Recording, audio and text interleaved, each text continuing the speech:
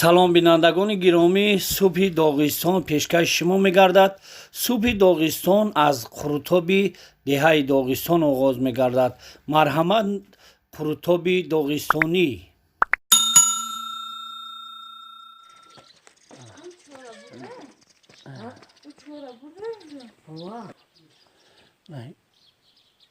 барфи Доғистон.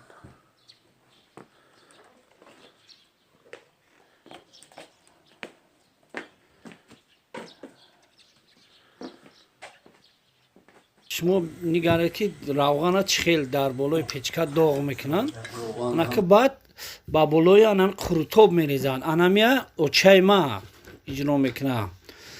خیلی برای بینندگان گرامی که دور از وطن هستند انم یک خوراک ملی ما دوفر قرطاب و شکر و ایشون دو دادیم دوفر نصیمون گشته سوپی داغستان ده انمی قرطاب انا مرحمت روغن زبزردی داره داغش که تباموره بریزش در قروتو جزبزش ببرویه انامی های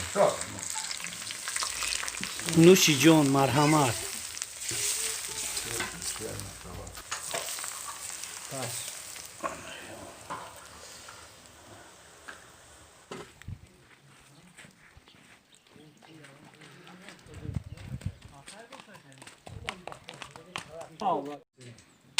غذای دوغستان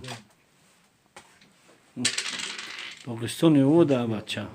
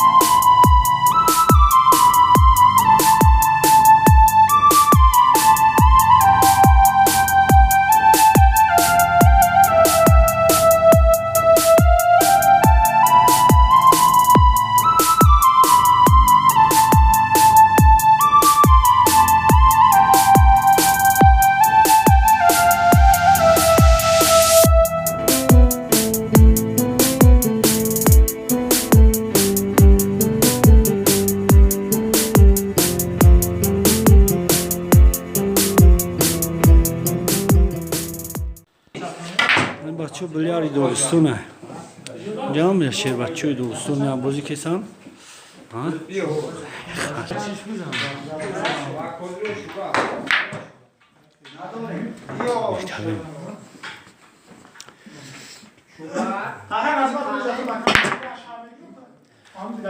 هم نیست تبخی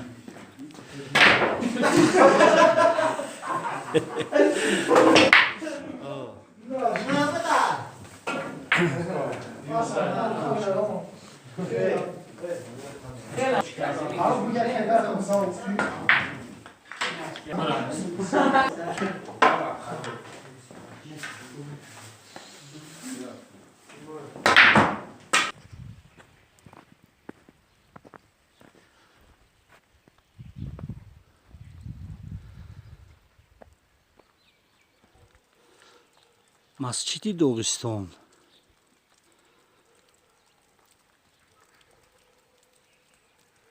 یا برادرای عزیز که شما انا برای صبح داغستان نوار گفتیم برای شما این روی میکنیم شلو که در دهه زیبا منظر داغستانیم.